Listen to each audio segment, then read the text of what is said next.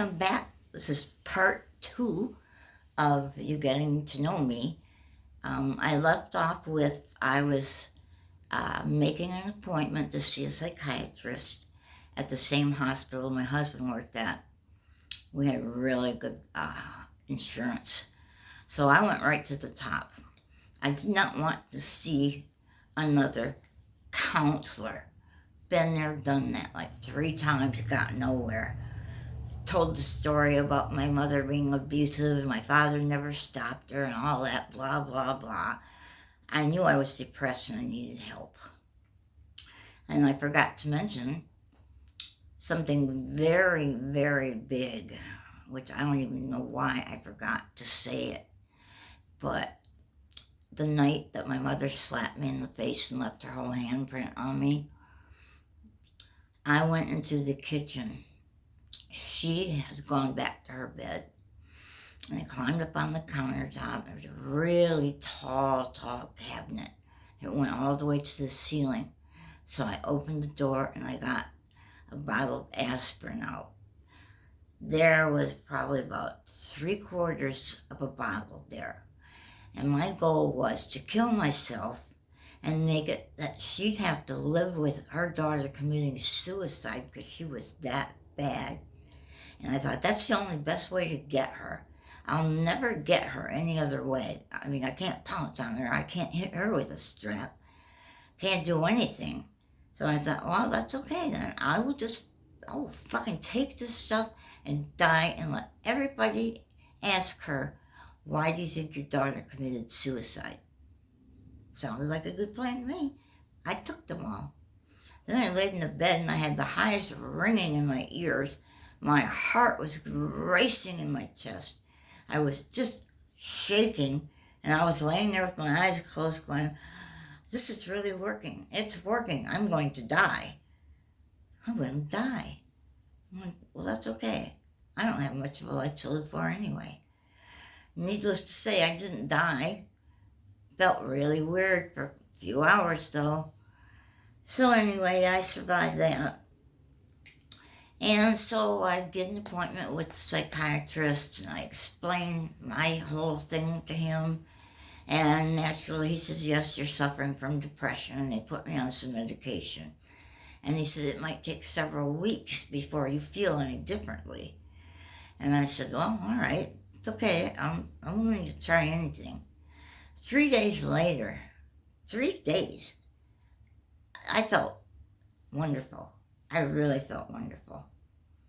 I called his office and asked to talk to him. And once he said hello, I started crying. And he was like, oh no, what's the matter? What's wrong? I said, I just want to thank you because you just turned my whole life around with this medication. I said, I feel fantastic. I have so much energy. I'm in such a good mood all the time. I can't thank you enough because that's really rare. Really, really rare that a patient would respond like that in 3 days. But he said, I'm very happy for you. Okay, and I'll see you next month. And I was like, all right. So that was the beginning of my depression years.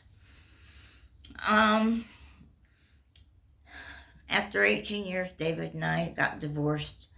I fell in love with somebody else and eventually got married to him. Treated me like a queen on a pedestal. I mean, he just worshipped the ground I walked on. And boy, did I love him. I would have taken a bullet for him. That's how much I loved him. But things changed. The day we got married, the day the ring went on my finger, things changed. I became his property. Not his wife, his property, who he could do anything he wanted to. Lucky ass me, what did I get? An abusive husband that did not mind hitting me, punching me in the chest, kicking me where my uterus is, slamming my head against the walls, put a hole in the wall with my head. It went on and on and on. I'd leave him, come back, leave him, come back. He kept saying, but I love him, but I love him. Boy, was I messed up. That's not love. That was codependency in a toxic relationship. That's what that was, but I didn't know it at the time. Anyway, I eventually divorced him. And then in 2008, I came here back to Michigan. My dad's health was getting kind of bad, and my mother was calling me all the time. I didn't like the situation I was in and where I was living. And I said, well, I'll come back there and I'll help you with him. And she kept saying, I don't believe you. I don't believe you. You're not going to come. I said, yes, I am. I am. I'm going to get out of here. I'm getting all my stuff and I'm coming there. And I did. So I got here in 2008 and I'm still fucking here. Still waiting to get out of here and go back to Florida, but that's a long story I'm not getting into. Anyway, since I've been here, the antidepressant medication I was taking was just like taking an aspirin. It was nothing. Nothing happened. So once again, I made an appointment with a psychiatrist. And my first day there, I'm greeted by a therapist who takes me downstairs and says, well, tell me something about yourself. I said, I'm here to see the psychiatrist. What's going on here? She goes, well, you have to see me a few times before you can see him. I said, why? She said, because I want to get to know you and I want to get your case lined up and he can read it and figure out why you're here. I said, I can tell you why I'm here and I can tell him why I'm here. I said, I don't want to go through all this my mother hated me crap again. There's no point in that. I already resolved that. She goes, well, I'm sorry, but you have to. So I would sit there and she'd ask me questions. I'd give her answers. Week number 4, she takes me downstairs, starts with the questions again. I was becoming very redundant.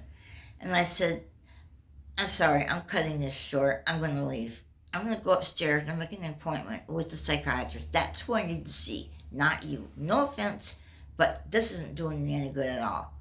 Okay? I want to see him. So she said, well, just wait right here. So she left and she came back and she said, here you go. You got an appointment next month with Dr. I can't remember his name now. I said, okay. So my very first visit with him, I sat down in his office and he said, can you tell me why you're here? I said, I certainly can. I was put on antidepressants in 1990. I've been on the same one ever since.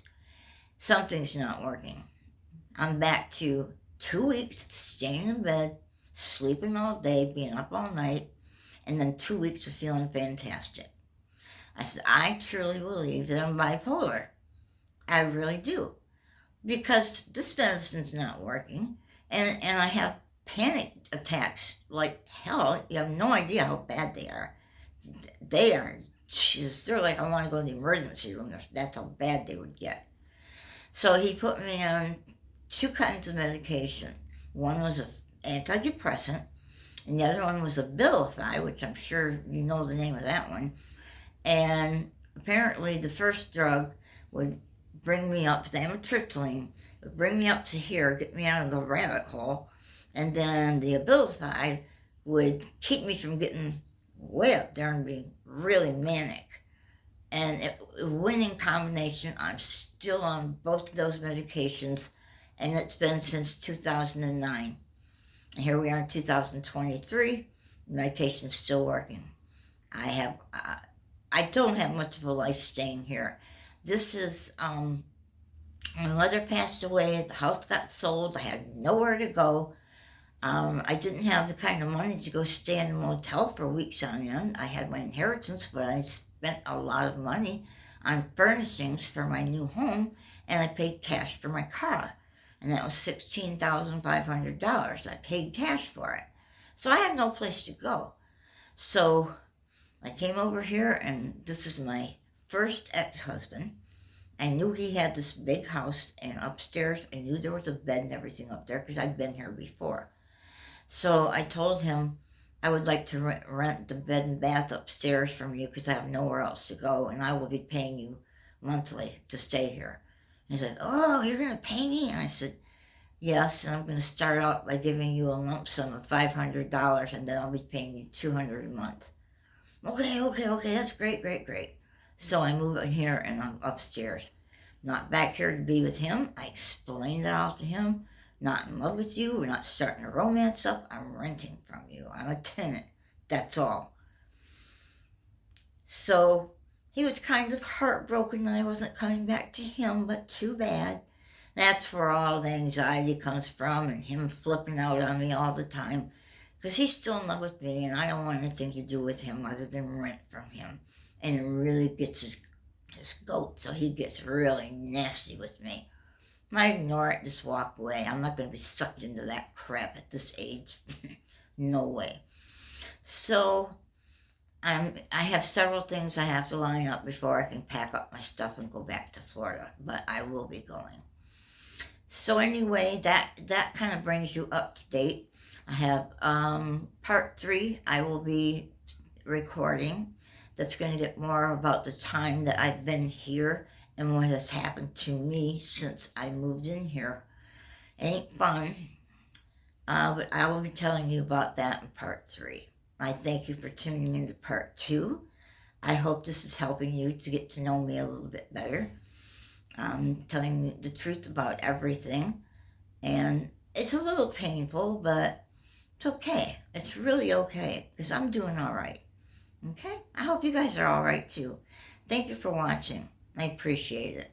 Talk to you soon. Bye-bye.